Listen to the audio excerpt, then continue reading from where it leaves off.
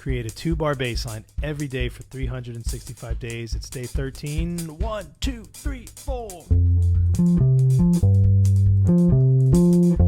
right, this is a quick one. F major, roots, fifths, octaves, there's a second degree. When I play, look at my left hand, you'll see each finger is assigned to a note. Same idea with the right hand. We're going to do strict alternating as much as possible.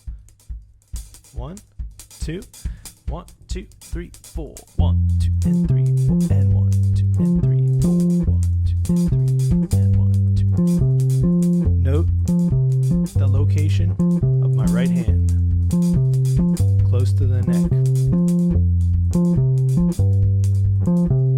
1, 2, and 3, 4, and 1, 2, and 3, 4, 1, 2. Now I love raking economy plucking, but I think alternating works a little better for this line. See you tomorrow.